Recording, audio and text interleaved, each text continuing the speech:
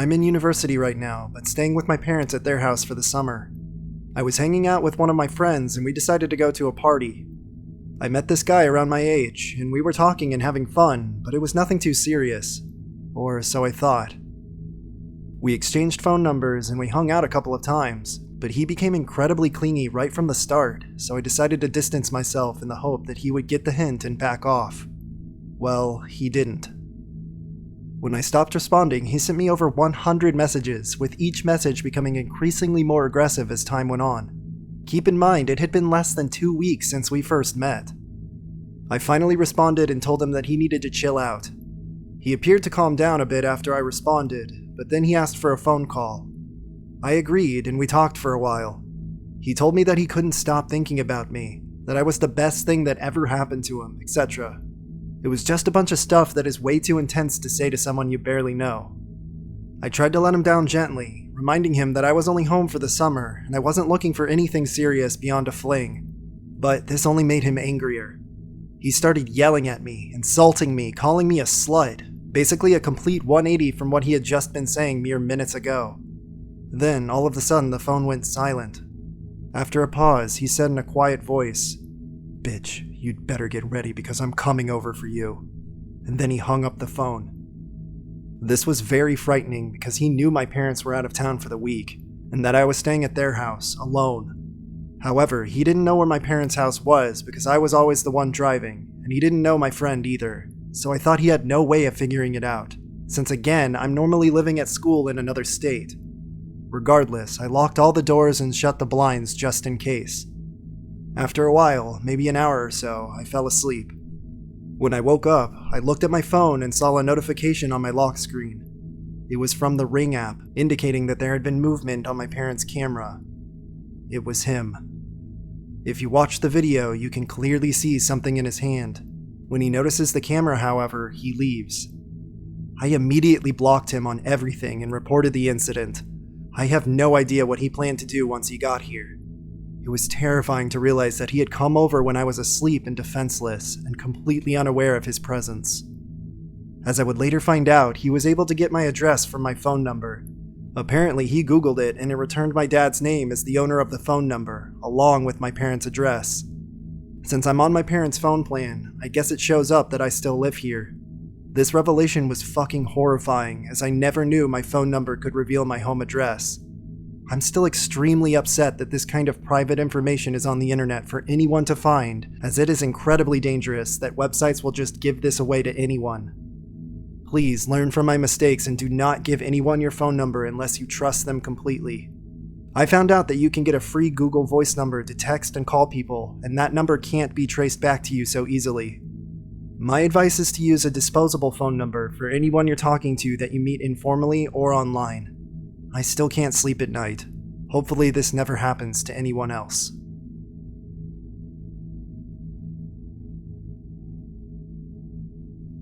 America Online was a big thing when I was 13, or in other words for my generation, AIM, which stood for, you guessed it, AOL Instant Messenger.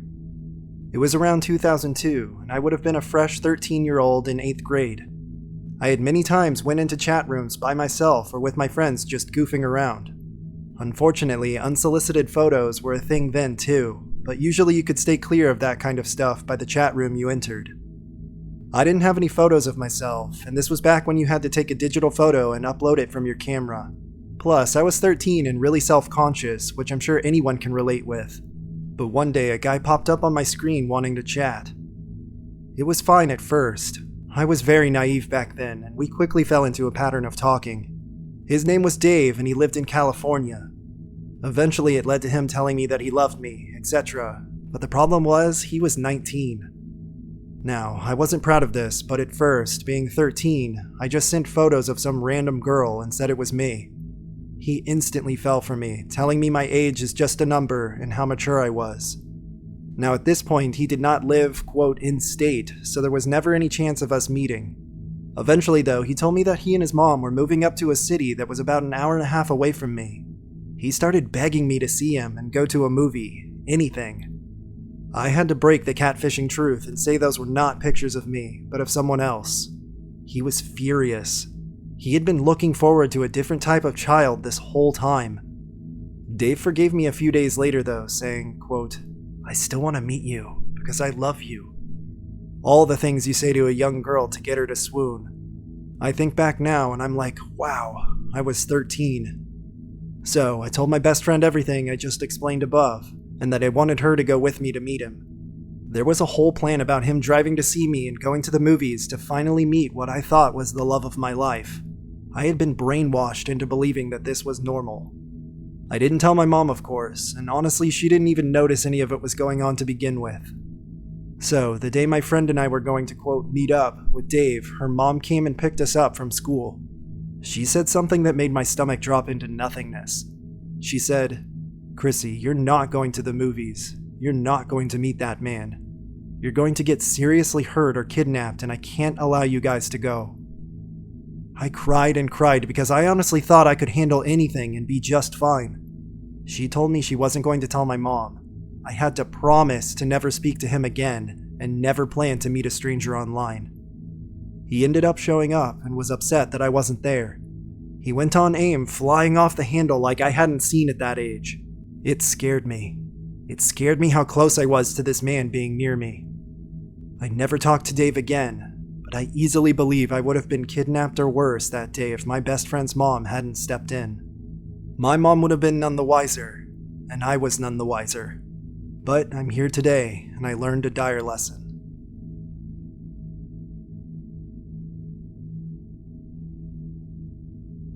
I have this friend, I'll just use his first letter, R, who I believe has been stalking me for the past 2 weeks, if not longer. I'll give some background info, then get into the problem I'm in. Thanks in advance for any advice and help. We met back in 2014 in high school. He was always quiet, but was a nice and easygoing guy. We grew very close and I saw him as a brother. He didn't have a very smooth childhood. He saw his parents argue a lot, often for years, and his mom even cheated on his dad, and he saw the effect it had on him and the whole family. But you wouldn't suspect anything out of the ordinary just meeting him at first. Around 2016, he started to become a bit paranoid and would seem a bit pessimistic at times. He never had many friends, but neither did I for that matter. We had 2 other friends together that we saw often, and we were the only ones that he trusted. I saw him have this strange panic attack where he ran out of a restaurant we were at, and he ran to a nearby park and yelled at people. I called his dad to come get him, and he got him in the car and gave him a pill. Apparently, this had been the second time this happened recently then. Fast forward to June 2021. In between that last episode and now, R seemed normal as could be, but I noticed he was a bit off and has been since then. He met a girl in college months before that he says he fell madly in love with, but she rejected him when he asked her on a date and blocked him on everything right after graduation. It took a massive toll on his emotional and mental state. He had another episode where he ran outside his house and actually provoked someone, and they punched him in self-defense. And then his parents took him to the hospital during that summer, and he was officially diagnosed with schizophrenia. So, from late 2021 until now, I've noticed he's quieter. He still cracks jokes, and you can have a decent conversation with him, and he still seems like a nice guy. But there's some stuff recently that I truly think is alarming, and this is why I'm making this post. So, I'll cut to the chase. For the last 6 weeks, we've hung out 3 times. This was actually after a hiatus where we didn't see each other since February this year because I started working more hours and went to the night shift. Each of those 3 hangouts I've noticed he looks at me in a really strange way, like he's horny and imagining me naked or imagining himself hurting me. We're both male, heterosexual, and I'm saying this to preface for what I'll mention in a bit. He also mentions that he's still in love with that girl from school, but then proceeds to call her a slut, a whore, and wants to rape and kill her right after. He has said this numerous times and even mentions going to the elementary school that she goes to. He sent me a picture of that school on Google Maps with arrows pointed at it and firework emojis last week. He also admitted to having parked outside of her home and sitting there for hours about 5 times back in 2021. For the past week, he's been insisting on hanging out several times a day, and when I was at Chippies with my parents on Saturday, he sent me a message saying, quote, "Chili's." He's able to see me since I'm on the Snap Map on Snapchat, since I use the app often to talk to other friends. When I went to the mall right after, he said, quote, You're going to the mall again? You went there yesterday." Which is true. I went to the mall twice, once with my mom, and then with both of my parents the day later to get some stuff since one of our favorite stores was closing, so we wanted to check out the good deals. On the drive home that day, he messaged me saying, "You didn't work today, we should have hung out." I replied, "Maybe Wednesday," which was actually yesterday since writing this post. I didn't see him because I'm genuinely creeped out. So the day after that, on Sunday, he again insisted on seeing me, but I went to go play some soccer instead with other friends, and then I went to go do some laundry after that. And when I was at the laundromat, he sent me a soccer ball emoji and a laundry emoji indicating he saw me on the Snap map. Here's the thing, he keeps mentioning where I am, and it's always within 10 minutes of me being on my phone. He's actually done this for the last 2 years, but never this frequently. It used to be like twice a month, and I brushed it off, but now I'm noticing something actually concerning. He's also been calling me, quote, boyfriend, and sending heart emojis the past week, and when I told him that I was going to see him this week, which I won't, but I said so just to not make him mad because I'm actually fearful of him hurting me or others, he said, "You think I can wait that long to see my boyfriend?" This past Sunday, I didn't reply to him for 4 hours, and he kept asking me if I'm mad, and then said he wants me to reply no longer than a minute after he texts me each time. I have a feeling that he's just consistently on his phone looking for when I'm active on social media, and I don't really know why. He also admitted to me a month ago that he makes fake profiles to be able to gain access to that one girl's Instagram and look at her pictures, and he says that he masturbates to them. He even uses those nudity apps to take her clothes off. All of this is concerning. He currently doesn't have a job and hasn't had one for the last 2 years. I'm the only friend he sees and talks to, and I feel like he's developed a compulsion or fixation or dependence or a mix of all three on me. And as I mentioned, he has said that he wants to rape and kill that girl that used to be in his class, and he knows where she lives and knows where she works. I have not mentioned my thoughts on this to him again out of fear. He currently takes medication daily, and he said that he's been seeing a new therapist for just over a month now, but I don't know if any of those things are even working or true. I'm asking for any advice on how to approach this and what to do. My concern is that if I tell anyone like the police or the girl, he'll find out and retaliate by hurting me or my family, as he knows where I live. Any help on this is appreciated.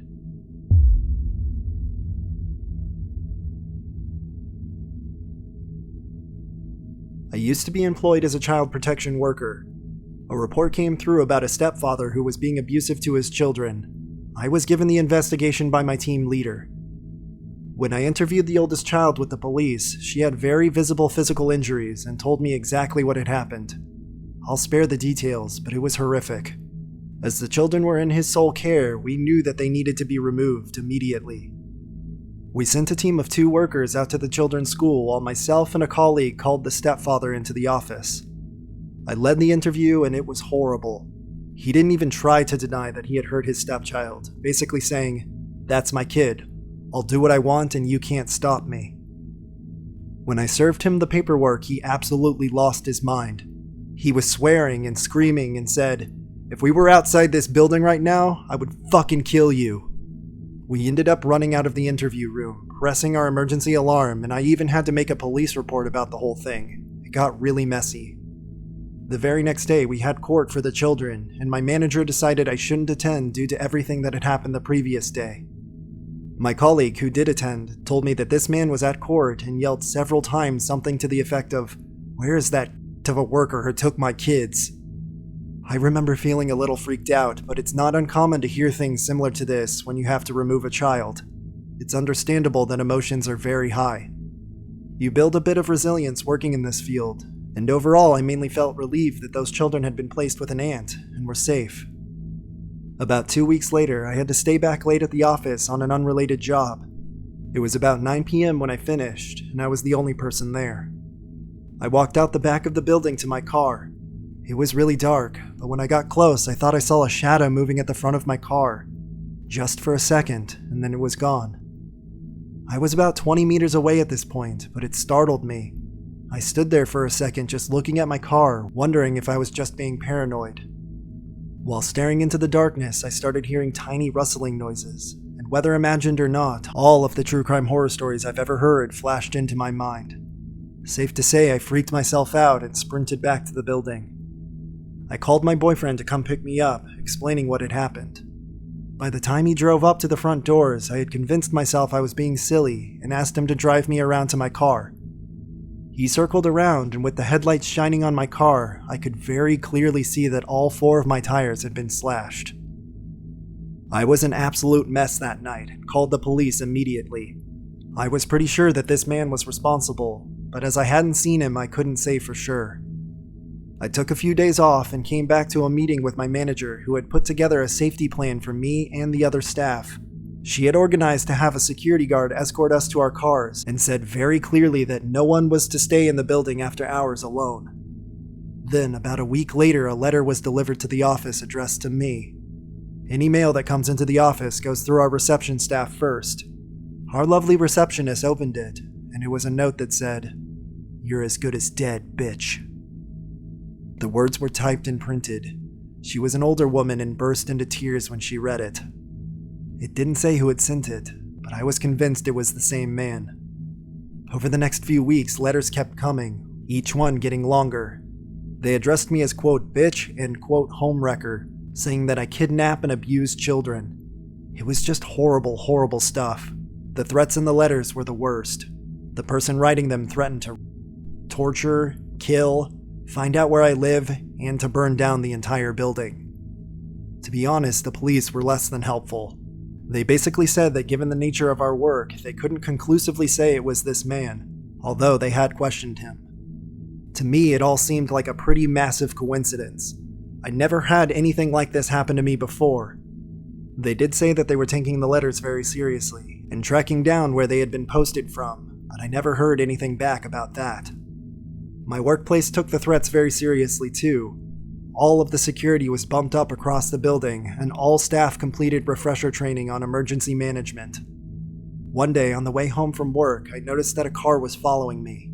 At first, I thought I was just being paranoid, so I drove down a bunch of little streets. I doubled back onto the same route in a way that would make absolutely no sense. Even after all of that, this dark green Camry was still paced a little way behind me. I freaked out, but had already planned in my head what I was going to do in this situation. I headed straight to the police station, planning to pull right up to the front of the building and beat my horn until I had someone's attention. The second I pulled into the police station, the green Camry drove straight past and disappeared down a nearby side street. I sat there for a good 20 minutes, too scared to get out of the car in case they came back around the corner. It dawned on me that in my panic I had forgotten to get the license plate. That upsets me to this day.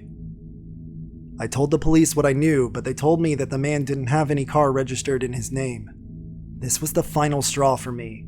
I was a nervous wreck. I was looking around constantly at work and at home. I knew that he lived relatively close to me, so I even stopped going grocery shopping in case I ran into him. I stayed on stress leave for a month and heard from colleagues that the letters kept arriving. I was honestly ready to quit, but then COVID happened. It really changed everything. Everyone went into lockdown and all access to the office was restricted. I started back working from home, driving a work car to and from appointments. I didn't go into the office regularly anymore, only allowed in small working groups when absolutely necessary. Over the next year, the letters slowed and eventually stopped. By the time we were allowed back in the office, there hadn't been any sign of this man for almost 7 months. About a year later, I left child protection. I don't know what happened with those children, but my hope is that they are happy and safe with their family. And as for the man who I believe stalked and threatened me for doing my job, let's not meet ever, ever again.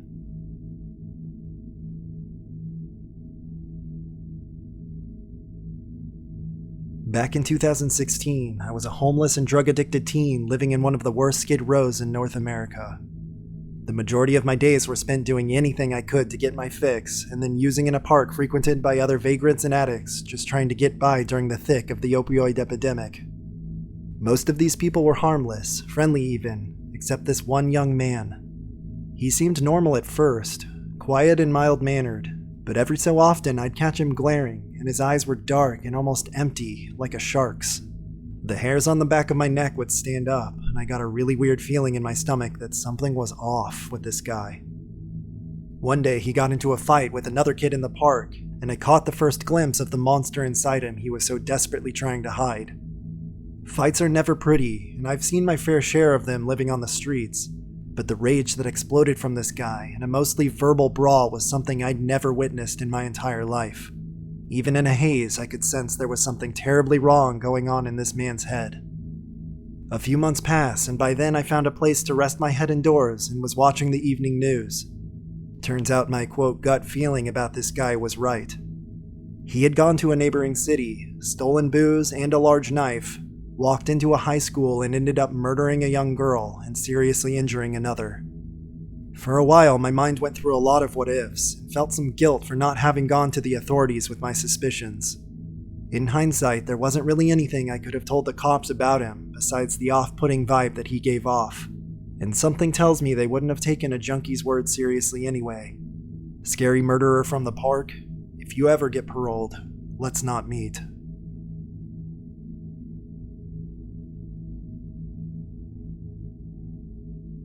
I was in grade 9 at a really shitty school.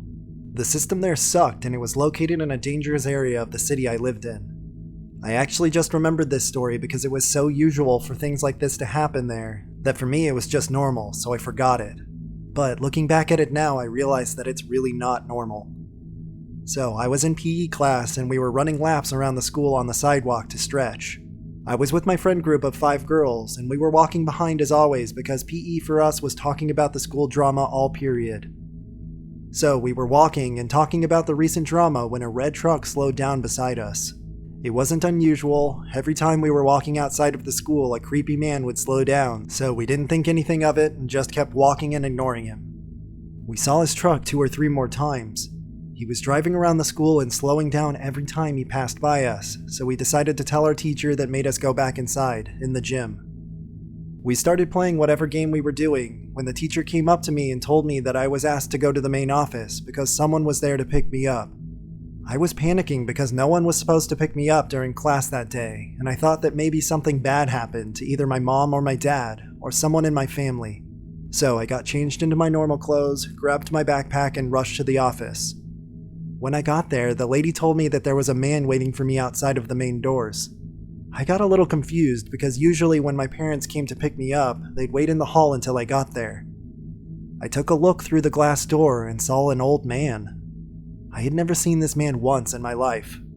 I quickly walked back to the office and told the lady that I didn't know who that was, and what she told me next froze me. She told me that he was a friend of my parents and that they had asked him to come pick me up because my mom got into a car accident. He told the lady my name and my last name, my age, my mom's name, and the grade I was in. I was shocked and immediately asked her if I could call my parents to confirm. So I called my dad, and he told me my mom was just fine, and he was at work. The lady just told me to go back to class, and I never saw that man again. I never knew what happened after I left, and how did he know all of that information about me? My parents talked to some cops about this, and there was never anything of it. We never had answers. Since that happened, I moved to a much safer city, and I hope I'll never see this man again.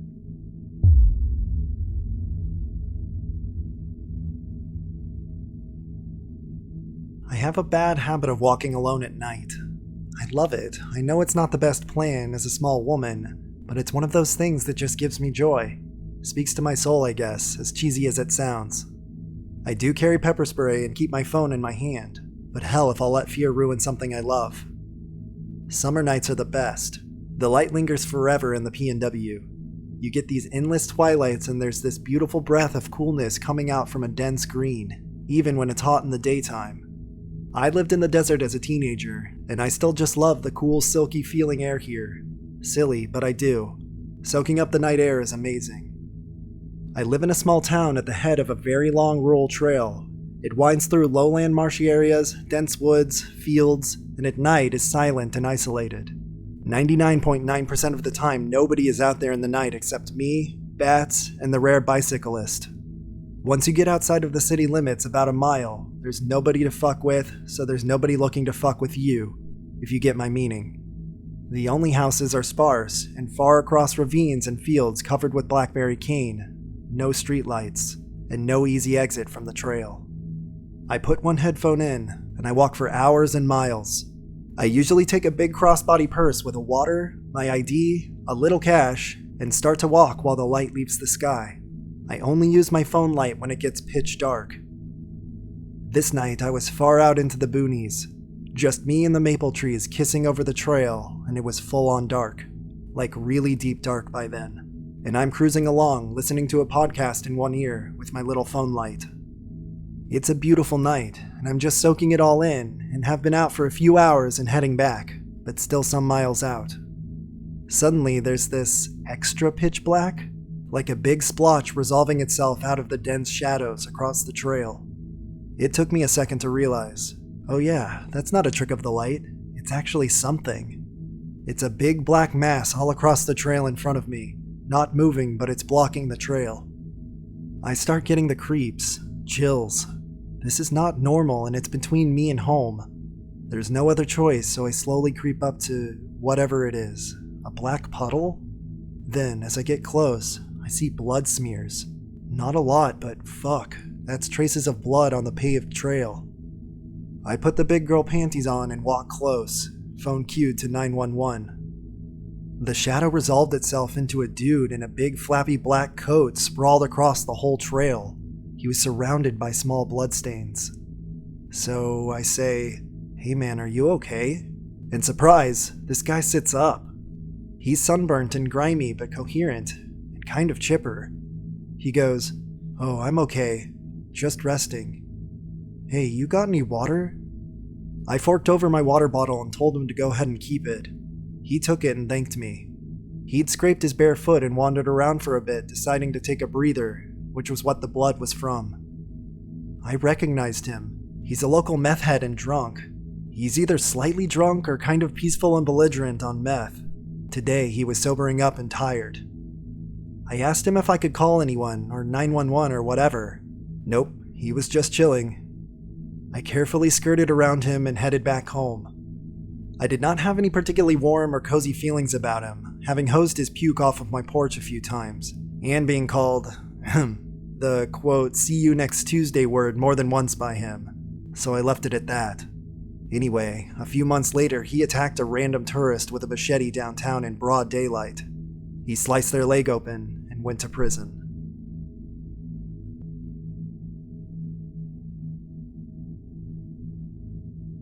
Before I begin this story, I'd like to add that I'm a 26-year-old female, but at the time of the events, I was only 17. Back when I was in high school, this all took place in 2014, I met a girl who I'll call Carly. Carly was pretty. She had long red hair and friendly dark brown eyes, sort of like Bella Thorne. She always wore bright, happy, colorful clothing and lots of happy, earthy jewelry. She just looked like such a happy and bright person. She had a loud and outgoing, happy personality, too. Carly and I became friends. Everything was great in the beginning. She took me exploring to a bunch of abandoned houses in our town, and we took a bunch of selfies and pictures together, and she even let me stay the night at her house sometimes. Carly kissed me one day in her car. That led to us making out quite frequently after that. One day, she began taking videos of us making out on her Snapchat account. She told me she was going to send the videos to her ex-boyfriend, Michael. I thought this was random, but I didn't say anything. The next day at school, one of my friends, Allison, came up to me and was very upset. She told me Carly had sent videos of us making out to her boyfriend, Carson. She asked me why we would do such a thing. I was very confused and told her Carly told me she was sending those videos to an ex who lived in another state. Allison warned me and told me that Carly wasn't my friend. She said she wasn't anyone's friend. I didn't listen though and continued hanging out with Carly. I started dating one of Carly's guy friends who I'll call Garrett. She did not like this. One day I walked to Garrett's house and called Carly to say hi while doing so. She told me to be careful, but that she had to go. Garrett and I started walking around his neighborhood talking. Then next thing I know, Carly shows up out of nowhere with my ex in the back seat of her car. She was screaming at the top of her lungs that I didn't know what I wanted, and that I needed to get in her car so that she could take me home. Garrett tried telling her to leave, but she went ballistic and kept screaming. So we got in her car, and she dropped Garrett off and took me home, and was then acting all nice to me once I got in her car. She was telling me how much she loved me and how much I meant to her. I ended up staying the night with her that night. I remember becoming emotional in her room, because I didn't like seeing my ex, who I had recently broken up with before Garrett and I started dating. She climbed on top of me and started making out with me, and everything went black. I remember waking up the next morning and she took me home. Later that day, I had been admitted to a hospital because I was feeling unwell, reasons unrelated, so I was in the hospital for a few days. During this particular day, my boyfriend Garrett, my mom, and Carly had come to visit me. We were all visiting when Garrett kissed me. I didn't know this at the time, but my mom later told me that when Garrett kissed me, Carly had a very dark and evil look in her eyes as she stared at me. My mom said that look gave her goosebumps and chills that ran up her spine. She said Carly looked completely evil, like she wished I would just die. Shortly after, I was released from the hospital. A few days later, when I was back at school, Carly completely shunned me. She wouldn't look at me, she wouldn't talk to me, she completely acted as if I didn't even exist. I had no idea what I had done wrong from the time she visited me in the hospital to now. At school, she gave me a very cold and dark death glare. If looks could have killed, I would have dropped dead. I avoided her after that and had no clue what I had done. She just acted like she hated my guts completely. Garrett and I eventually broke up, and I got back with my ex, the one that was in Carly's car that day. Now, after I was first released from the hospital, I noticed this sticky stuff all over the screen of the outside of my bedroom window. I had no idea what it was or where it came from. I was waiting for my boyfriend to get off of work one night. I had gone up there to visit him, and he randomly handed me his phone, so I got bored and decided to go through it. I saw that he had been texting Carly. As I was going through their text, I saw that she had been sending him sexual photos of herself. During the time that I was in the hospital and Carly would come to visit me and act like my best friend, she was going behind my back and sleeping with my ex. And that sticky stuff on the window? There was a text to my boyfriend from Carly that said, quote, "Let's egg her house again. That was fun." I immediately started crying, and my boyfriend, of course, was trying to justify all of this, claiming that he had only hung out with Carly because he missed me, and that he was upset that I was dating Garrett. Carly never spoke to me again. When I tried to confront her as to why she would egg my house and get with my ex while pretending to be my best friend, she tried to pin it all on my boyfriend, claiming that he was after her and that she had rejected him. That summer, Carly told all of my close friends that I had committed suicide. She started telling everyone that she had, quote, loved me so much and that I, quote, fucked her over. But I'm telling you, that look in Carly's eyes, it was like looking into pure evil. It was horrifying.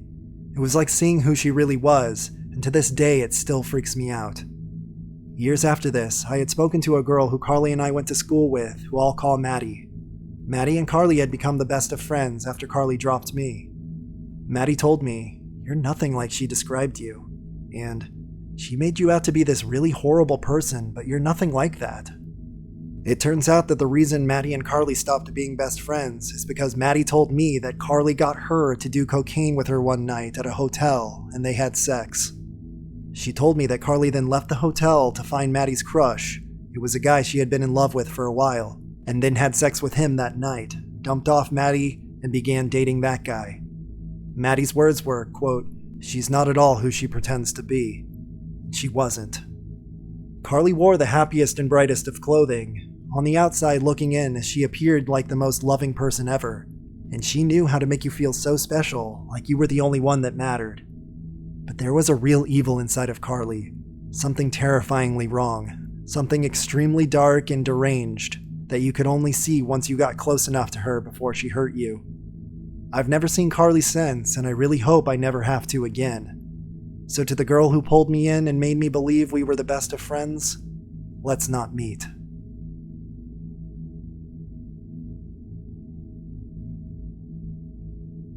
When I was 17, my bedroom had a window looking out at my backyard. The backyard was fenced in, but on the other side of the fence were some woods and a retention pond. I'd never been scared of this before, and kept the blinds open so that when the sun rose in the morning, the natural light would help wake me up. One night, I was up late on my phone with my dog laying in bed next to me. At around 2 a.m., my dog jumped up and started barking at the window. At first, I thought he was just barking at his reflection and told him to stop. But then I realized he was looking at the left side of the window while his reflection was on the right. I couldn't see outside of the window because I had left the lamp on my nightstand. All I could see on the window was the reflection of my bedroom.